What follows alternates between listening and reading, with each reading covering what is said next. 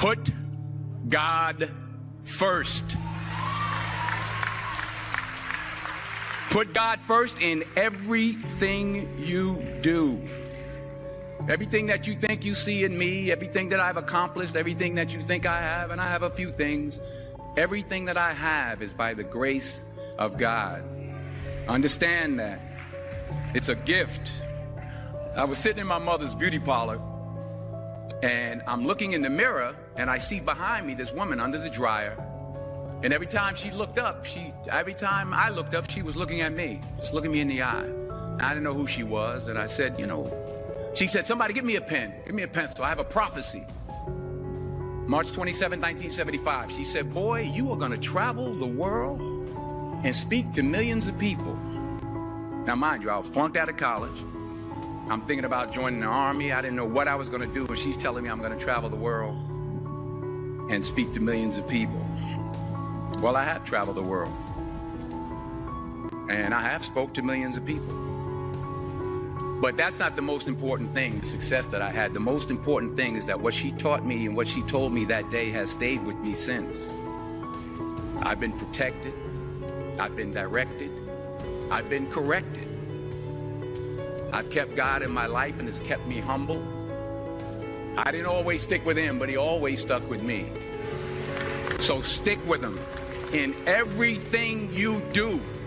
If you think you want to do what you think I've done, then do what I've done and stick with God. Number 2, fail big. That's right. Fail big.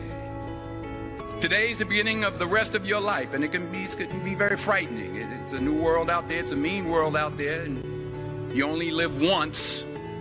So do what you feel passionate about.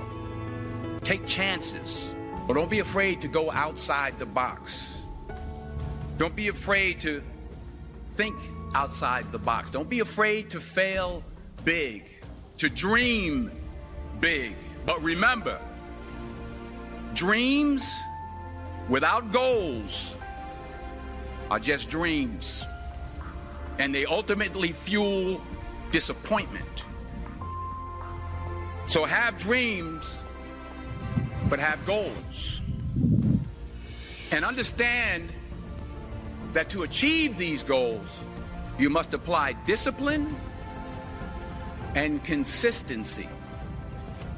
In order to achieve your goals, you must apply discipline, which you have already done, and consistency every day, not just on Tuesday and miss a few days. You have to work at it every day. You have to plan every day. You've heard the saying, we don't plan to fail, we fail to plan. Hard work works. Working really hard is what successful people do. Remember that. Just because you're doing a lot more doesn't mean you're getting a lot more done. Don't confuse movement with progress. My mother told me, she said, yeah, because you can run in place all the time and never get anywhere. So continue to strive, continue to have goals, continue to progress. You'll never see a U-Haul behind a hearse. I'll say it again. You'll never see a U-Haul behind a hearse. I don't care how much money you make, you can't take it with you. And it's not how much you have. It's what you do with what you have. We all have different talents. Some of you will be doctors, some lawyers, some scientists, some educators, some nurses. The most selfish thing you can do in this world is help someone else. Why is it selfish?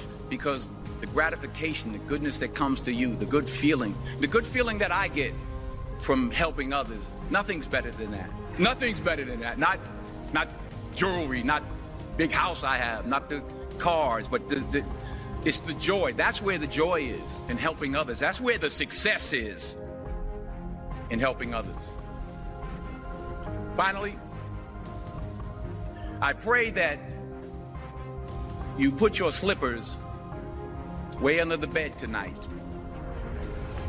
So that when you wake up in the morning, you have to get on your knees to reach them. And while you're down there, say thank you for grace. Thank you for mercy. Thank you for understanding. Thank you for wisdom. Thank you for parents. Thank you for love. Thank you for kindness. Thank you for humility. Thank you for peace. Thank you for prosperity. Say thank you in advance for what's already yours. It's how I live my life. That's why I am, one of the reasons why I am today. Say thank you in advance for what is already yours. True desire in the heart for anything good is God's proof to you, sent beforehand to indicate that it's yours already. I'll say it again. True desire in the heart, that itch that you have, whatever it is you want to do, that thing that you want to do to help others and to grow and to make money, that desire, that itch, that's God's proof to you, sent beforehand already to indicate that it's yours. And anything you want good, you can have. So claim it. Work hard to get it. When you get it, reach back. Pull someone else up. Each one, teach one. Don't just aspire to make a living. Aspire to make a difference.